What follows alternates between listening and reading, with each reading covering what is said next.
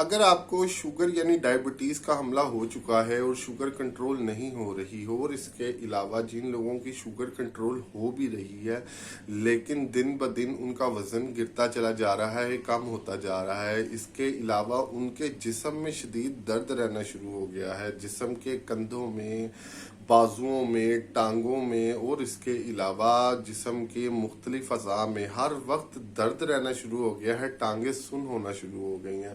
اس کے علاوہ اگر آپ کے پیروں کی تلیوں کے نیچے بھی جلن ہونا شروع ہو گئی ہے، وزن دن بدن کم ہوتا چلا جا رہا ہے، ویکنس بہت زیادہ محسوس ہوتی ہے، کمزوری بہت زیادہ محسوس ہونا شروع ہو گئی ہے، کچھ بھی کھاتے ہیں تو ایسی صورتحال میں آج میں آپ لوگوں کے لیے ہومیوپیتھی کے پلیٹ فارم سے ایک ایسی چوٹی کی ریمیڈی لے کے آیا ہوں، ایک ایسا نسخہ لے کے آیا ہوں جس کے استعمال کرنے سے انشاءاللہ العزیز آپ کو شوگر کے مسئلے میں جو جسم کی کمزوری ہے، پیر اور ہاتھ سن ہونا شروع ہو رہے ہیں، جسم میں بہت زیادہ درد رہنا شروع ہو گیا ہے، صبح کو اٹھتے ہیں تو تازہ دم نہیں اٹھ پاتے ہیں، پیروں کی تلیوں میں بھی درد رہنا شروع ہو گیا ہے، اس کے علاوہ ویکنس بہت زیادہ محسوس کر رہے ہیں، ڈل محسوس کر رہے ہیں، تو ایسی صورتحال میں آپ لوگ یہ طریقہ کار، یہ احتیاطی تدبیر ہیں وہ آپ لوگوں کے ساتھ شیئر کروں گا، وہ لازمی استعمال کیجئے گا،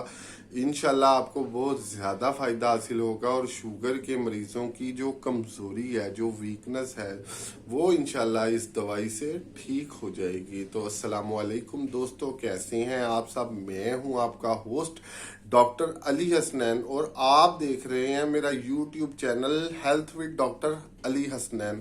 پہلے تو لاکھوں کروڑوں درود و سلام حضرت محمد مصطفیٰ صلی اللہ علیہ وسلم پر اور ان کی آل پر، کہ جن کے آنے سے یہ زمانہ نور سے منور ہو گیا۔ دوستو، شوگر کے پیشنٹس میں جو سب سے بڑا مسئلہ ہے وہ ویکنس کا ہے۔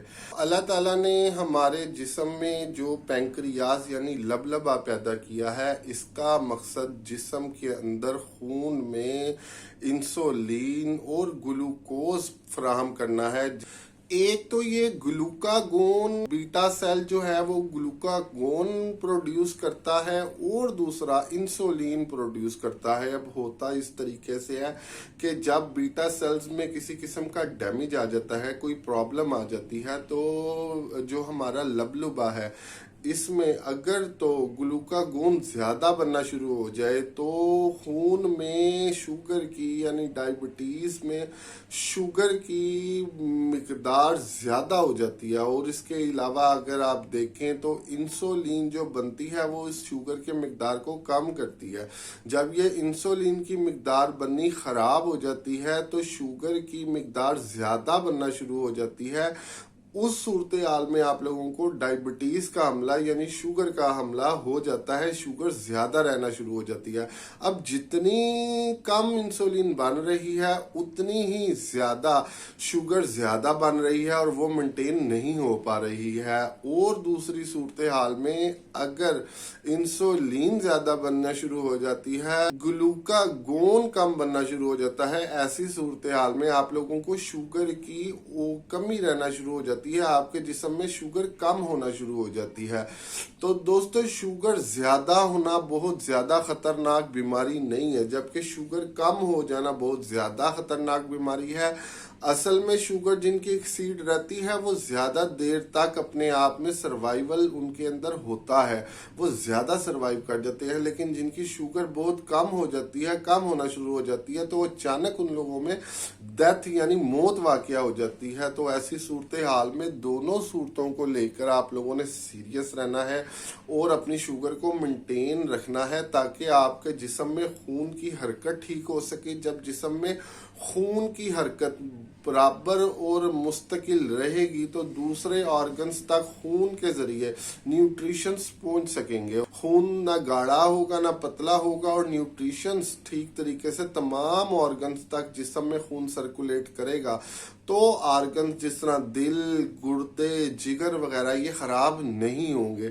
لیکن اگر خون کی سپلائی ٹھیک نہیں ہوگی اور اس کے علاوہ خون زیادہ گاڑھا ہوگا تو وہ ٹھیک طریقے سے نیوٹریشنز کو جسم میں سرکولیٹ نہیں کر پائے گا. ہمارے آرگنز اس سے محروم رہیں گے، جس کی وجہ سے ایک ایک کر کے سب سے پہلے آپ لوگوں کا جگر، پھر اس کے بعد گردے، اس کے بعد پھر میدا تو پہلے سے ہی خراب ہو جائے گا. تو یہ سارے آرگنز آہستہ آہستہ نیوٹریشنز کی کمی ہونے کے باعث ڈیمیج ہوتے ہوتے ہوتے ناکارہ ہو جائیں گے، خراب ہو جائیں گے، ختم ہو جائیں گے. کے بعد آپ لوگوں کے پاس ریکوری کا کوئی عمل نہیں بچے گا. تو سب سے پہلے جو ویکنس ہے، جو کمزوری ہے، اس کو روکنے کے لیے اس میں کھانے کا آپ نے جو مقدار ہے اس کو پراپر رکھنا ہے. یعنی کھانے کو آپ لوگوں نے زیادہ سے زیادہ چبا کر کھانا ہے. زیادہ سے زیادہ چبا کر کھانے سے